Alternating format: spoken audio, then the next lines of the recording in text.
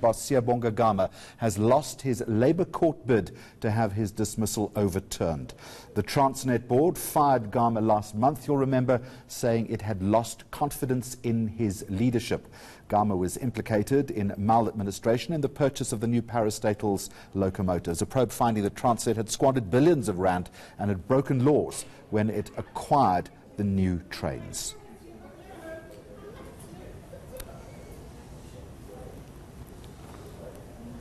Well, for more on this, joining us on the telephone, Transnet board member Edward Kisvetter. Good afternoon to you and welcome. So the fact that he's lost his Labour Court bid to have his dismissal overturned, what's the response around the board table this afternoon?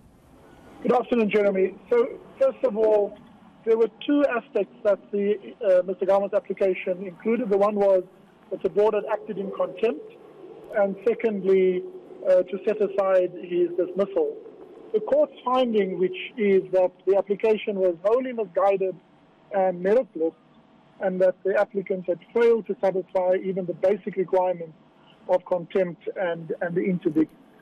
This really, for us, is a positive judgment in that it confirms the board decision to terminate the employment relationship between Transnet and Mr. Gama on the basis of a loss of trust.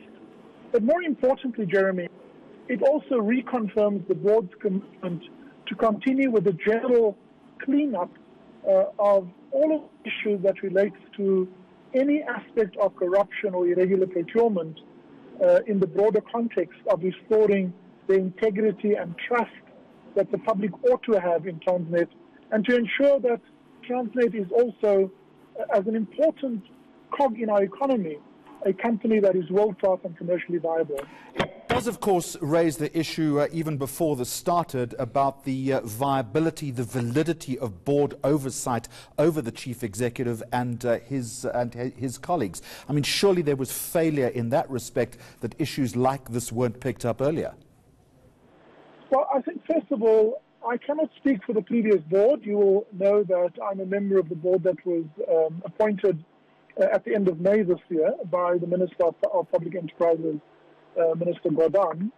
And so certainly from the moment the new board functioned, we were very clear that we had a parallel path. On the one hand, it is to address the past issues that have raised and been surfaced and have been swirling in the public domain with very, very little reaction from the former board.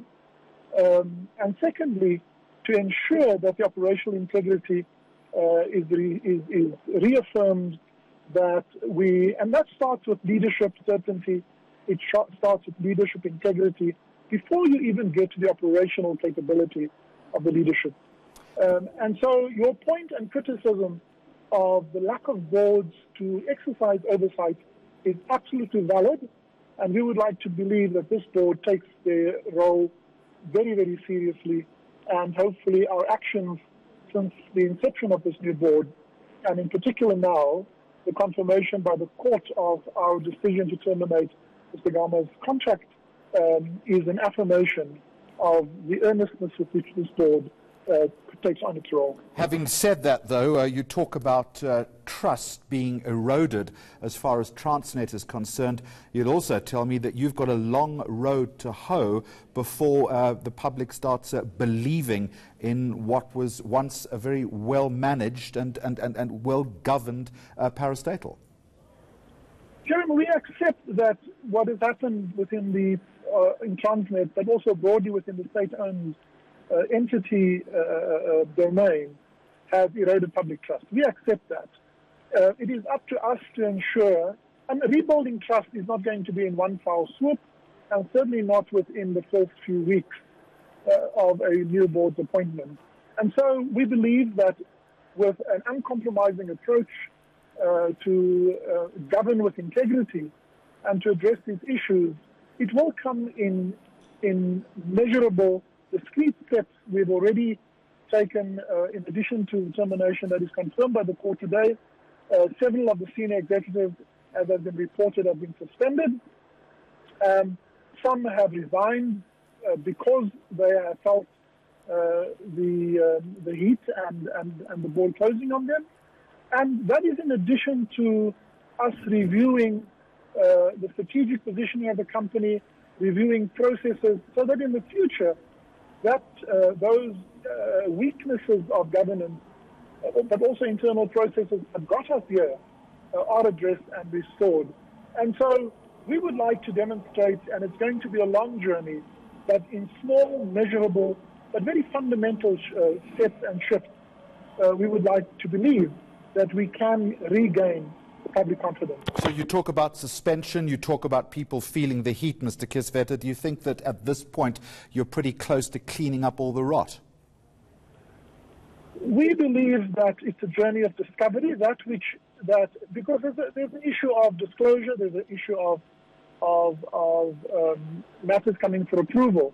But you will be aware that the work by the various forensic investigations, formerly by Wilkins, currently by MNS, but also the Treasury report, brings to the surface many of these things have been kept deliberately below the surface for many, many years. We believe that many of these things should already have been acted on before.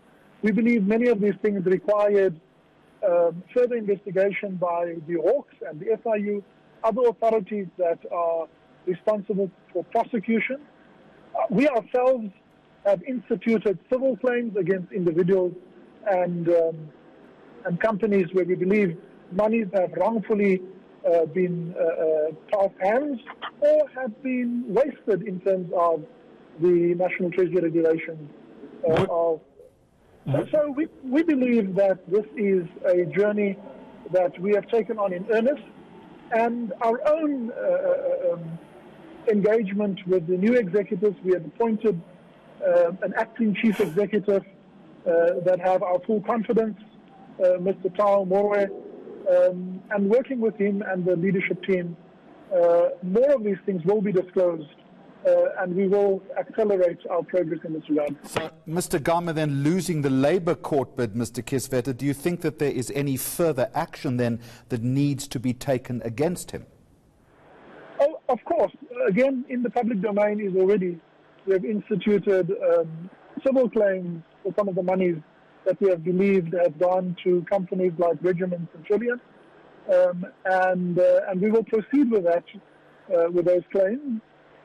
And that's not the end of it. As we uncover more issues where individuals like Mr. Gama and others have to be held personally liable, we will proceed that. So the end of an employment relationship is only the tip of the iceberg. I think the more important course of action and recourse that we have as a company is to ensure that the loss that has been suffered by the organization, that we go a long way to try and restore some of that loss, and even to the extent that we may not recover fully those losses, that the message is very clear out there that we will not tolerate this kind of behavior that treats the public money with such disdain. Is there a case for criminal action here? As I said before, we are a board, we are not a prosecuting authority. I'm well aware of that. I'm just asking your opinion, though.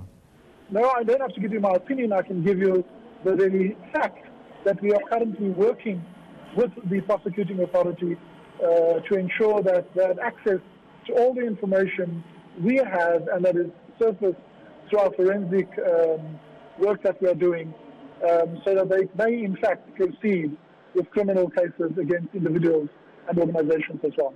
All of this stems back, of course, to the purchase of these locomotives. As I've already mentioned, Transnet squandering billions of rand, broke laws when this acquisition is made. What is the status? Just remind me of those locomotives again.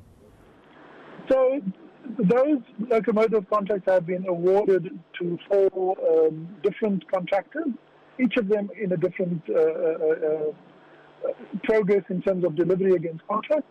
Where organizations, so in addition to the irregular procurement, we're also managing our contractual obligations that those contracts would have given us, the rights, which formerly have not been reinforced.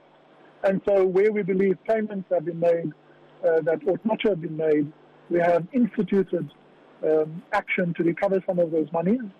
And where we need to sit down and look for either breaches of contract or the amendment of contracts so that the value that we ought to receive is restored. I'm hearing lots of hopes and oughts. I mean, that's a real long shot, isn't it, trying to recover that money now? Or are you confident you could?